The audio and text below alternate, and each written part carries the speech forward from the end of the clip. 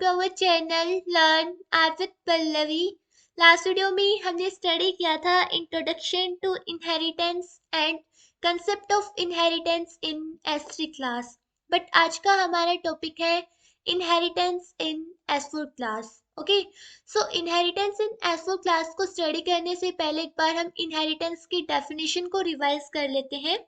सो inheritance हमारे पास किसी भी ऑब्जेक्ट ओरिएंटेड प्रोग्रामिंग लैंग्वेज का एक की फीचर होता है जिसकी हेल्प से हम एग्जिस्टिंग जो बेस क्लासेस होती हैं उनका यूज करके न्यू चाइल्ड क्लासेस को डिराइव कर सकते हैं। ओके, और जो हम न्यू चाइल्ड क्लास क्रिएट करेंगे वो इनहेरिट करेगी एट्रीब्यूट और methods of its parent class. ठीक है, अब हम स्टार्ट करते हैं inheritance in S4 class. So as we know S4 classes have the proper definition. S4 class के पास अपनी प्रॉपर डेफिनेशन होती है, प्रॉपर स्ट्रक्चर होता है। किसी भी S4 क्लास को डिफाइन करने के लिए हम यूज करते हैं सेट क्लास फंक्शन का, और इसके अगर कोई भी ऑब्जेक्ट क्रिएट करना है तो उसके लिए हम यूज करते हैं न्यू फंक्शन का। ठीक है, अब उसके बाद हम अगर कोई भी S4 क्लास को अगर क्रिएट करेंगे, यानी S4 क्लास को अगर हम कोई चाइल्ड क्लास डिराइव करेंगे तो वो चाइल्ड क्लास जो होगी वो इनहेरिट करेगी attribute and method of its parent class. Okay, so अब हम इनहेरिटेंस इन S4 को एक एग्जांपल की हेल्प से स्टडी करेंगे, समझेंगे इसके कंसेप्ट को। Okay, so let's start practically. So सबसे पहले हम एक पेरेंट क्लास यहाँ पर क्रिएट करेंगे। ठीक है, सो सेट क्लास फंक्शन का यूज करके हमने यहाँ पर एक पेरेंट क्लास हमें डिफाइन करनी होगी। सो पेरेंट क्लास को यहाँ पर कोई भी अगर हमें S4 क्लास डिफाइन करनी होती है तो सेट क्लास फंक्शन यूज कर रहे हैं। अब हम यहाँ पर अपनी जो भी मुझे अपनी पेरेंट क्लास का नेम रखना है वो मुझे डालना होगा।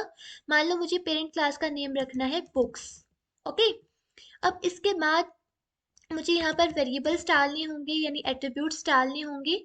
एट्रीब्यूट्स को हम यहाँ पर कहते हैं S4 क्लास के केस में स्लोट्स। ओके, सो S4 क्लास के केस में हम एट्रीब्यूट्स को स्लोट्स कहते हैं और इन स्लोट्स को हम लिस्ट की हेल्प से यहाँ पर डालेंगे। ठीक है, सो अब मुझे मान लो बुक का नेम, और बुक का नेम मान लो मुझे डालना है, इसका डाटा टाइप जो है मुझे कैरेक्टर रखना है।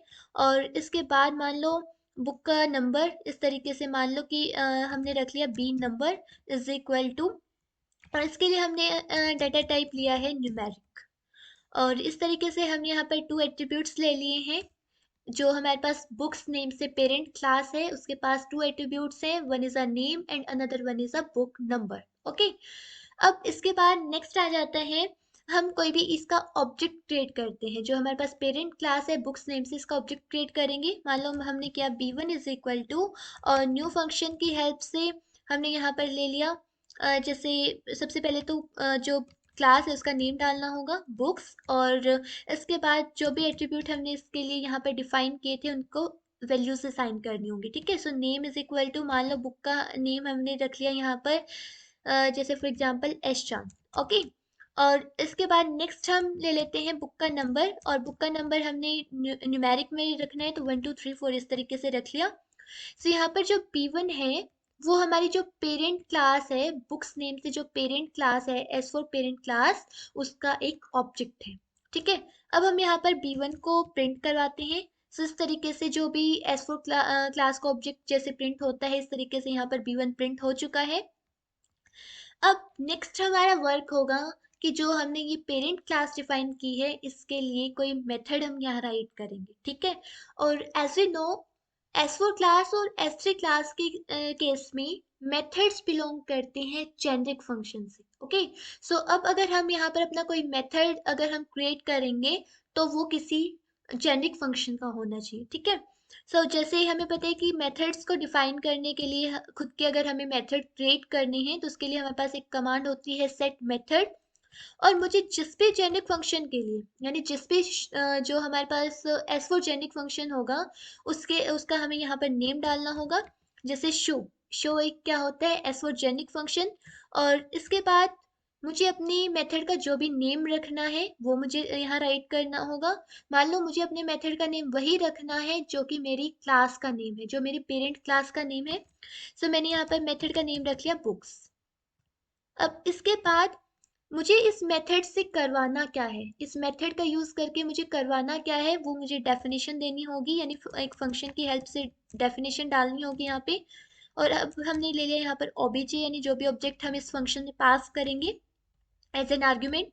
और इसके बाद हम यहाँ पर इसकी डेफिनेशन लिखते हैं। सो कैट, जो भी हम ऑब्जेक्ट डालेंगे उसका नेम। अब मैं यहाँ पर एट द रेट यूज करूंगी, क्योंकि जो भी ऑब्जेक्ट होगा वो S4 ऑब्जेक्ट होगा, और उसके एट्रीब्यूट्स को एक्सेस करने के लिए हम यूज करते हैं एट द रेट।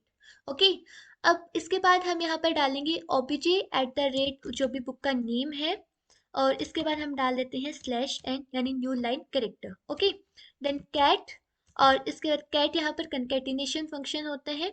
और इसके बाद मुझे ओबीजी एट द रेट और जो भी मेरा बुक का नंबर है वो मुझे प्रिंट करवाना है। ओके। सो इस तरीके से अब हमने यहाँ पर एक मेथड क्रिएट कर लिया है, किसके लिए, जो शो जेनिक फंक्शन होता है, शो एक S4 जेनिक फंक्शन है, इसके लिए हमने खुद का मेथड डिफाइन कर दिया। ठीक है। अब हमने जो वर्क किया है, सबसे पहले हमने एक पेरेंट क्लास डिफाइन की बुक नेम से, और उसके बाद उसका ऑब्जेक्ट क्रिएट किया, उसको प्रिंट करवाया।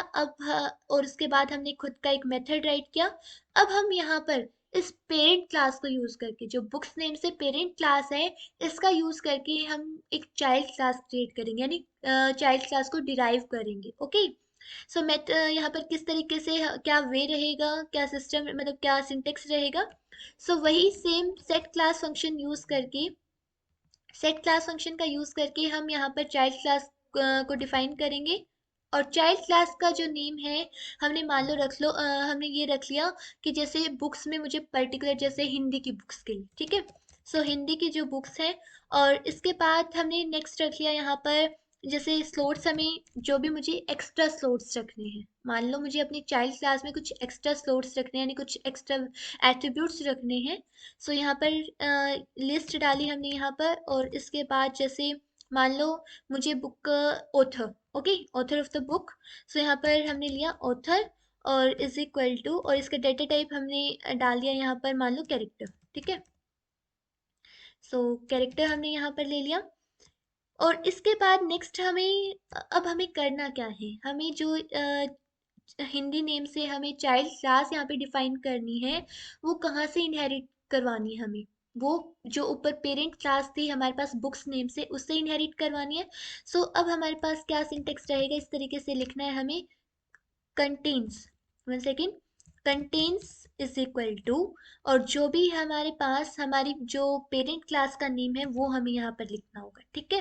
यानी जो हिंदी नेम से जो चाइल्ड क्लास है वो किससे इनहेरिट हो रही है, बुक्स नेम से जो पेरेंट क्लास है। ओके। सो ये हमारे पास सिंटेक्स होता है इसका। सो अब हमारे पास हिंदी नेम से एक चाइल्ड क्लास यहाँ पर डिफाइन हो चुकी है। अब हम इस क्लास का कोई यहाँ पर कोई ऑब्जेक्ट क्रिएट करेंगे। ठीक है। मान लो H1 नेम से हम ऑब्जेक्ट क्रिएट करेंगे with the help of new function. और न्यू फंक्शन में हमने हमें पहले अपनी क्लास का नेम रखना होगा, जैसे कि हिंदी। ओके। और इसके बाद हमें सारे एट्रीब्यूट देने होंगे जो पेरेंट क्लास में भी थे और इसके अंदर भी हैं, वो सारे एट्रीब्यूट्स को वैल्यू देनी होगी। जैसे मान लो ऊपर था नेम इज इक्वल टू, यानी बुक का नेम, जो भी हिंदी की बुक है उसका नेम। मान लो हम यहाँ पर रख लेते हैं कृतिका। ओके। तो जैसे इस तरीके से हमारी बुक का नेम है कृतिका।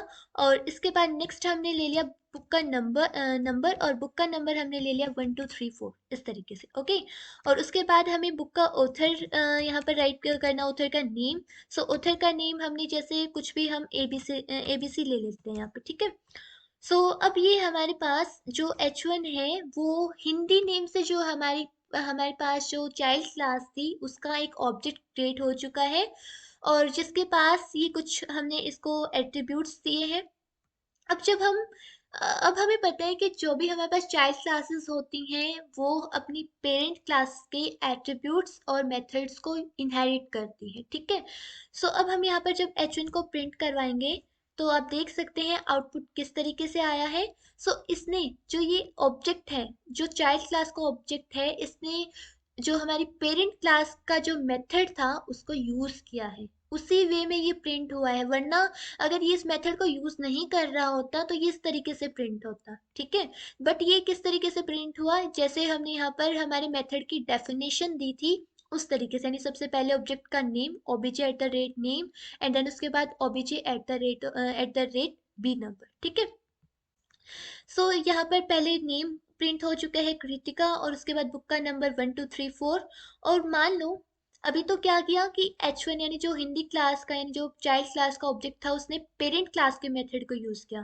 क्या हम इसके लिए खुद का भी मेथड राइट कर सकते हैं? क्या हम जो हमारी जो चाइल्ड क्लास है उसके लिए खुद का मेथड भी राइट कर सकते हैं? Yes, okay. फिर से कैसे? हम फिर से सेट मेथड जो हमारे पास फंक्शन होता है उसका यूज करेंगे, और सेट मेथड के अंदर हम जिस भी जेनेरिक फंक्शन के लिए मुझे मेथड राइट करना है, जैसे कि शो जेनेरिक फंक्शन, और इसके बाद मान लो मैंने नेम लिया, जो भी मुझे मेथड क्रिएट करना है चाइल्ड क्लास के लिए उसका नेम मैं वही ले लेती हूँ जो कि मेरी चाइल्ड क्लास का नेम है, ठीक है। सो यहाँ पर हमने लिया हिंदी, तो हिंदी, और इसके बाद नेक्स्ट हमें यहाँ पर इसकी डेफिनेशन लिखनी होगी कि फंक्शन ऑब्जे, और इसके बाद यहाँ पर हम इसको डिफाइन कर रहे हैं कैट फंक्शन, और इसके बाद जैसे obj @author, ओके।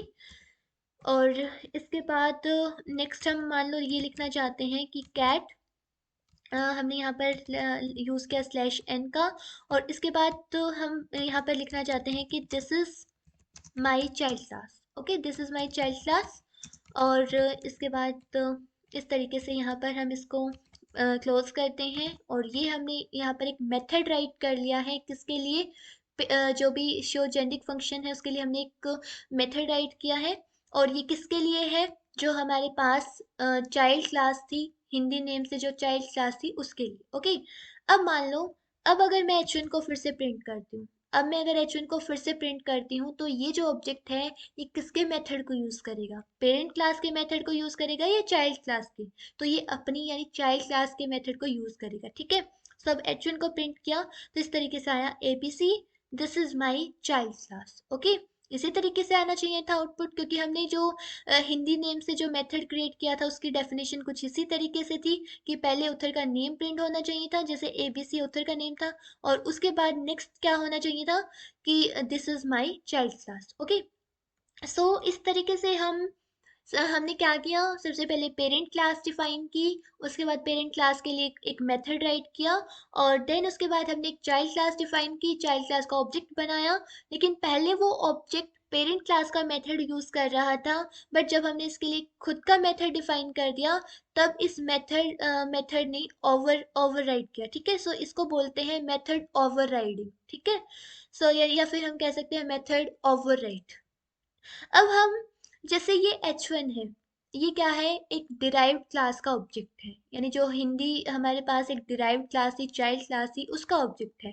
अब मुझे चेक करना है, जैसे एक फंक्शन होता है हमारे पास इनहेरिट्स फंक्शन, इनहेरिट्स, क्या जो H1 है, क्या जो हमारे पास H1 है वो इनहेरिट हो रहा है? अब मुझे चेक करना है क्या H1 इनहेरिट हो रहा है किससे, जो पेरेंट क्लास थी बुक्स। सो अगर ये इनहेरिट हो रहा होगा तो ट्रू आएगा, अदरवाइज फॉल्स। सो यहाँ पर आ गया ट्रू। अब मान लो मैंने यहाँ पर डाला बुक, ओनली बुक डाल दिया, ऐसे हटा दिया यहाँ से, तब आया यहाँ पर फॉल्स। क्यों? क्योंकि बुक नेम से तो कोई पेरेंट क्लास थी ही नहीं, H1 की कोई पेरेंट क्लास थी नहीं जिसका नेम बुक हो, ओके। अब इसी तरीके से सेम एक और फंक्शन होता है इस फंक्शन, इस फंक्शन क्या करता है, सेम यही वर्क चेक करता है कि क्या ऑब्जेक्ट इनहेरिट हो रहा है, क्या यहाँ पर इनहेरिटेंस हो रही है। तो मुझे चेक करना है क्या H1 इनहेरिट हो रहा है किससे, बुक से, ठीक है, जो बुक्स नेम से हमारे पास पेरेंट क्लास थी उससे। सो इसका आउटपुट आया ट्रू।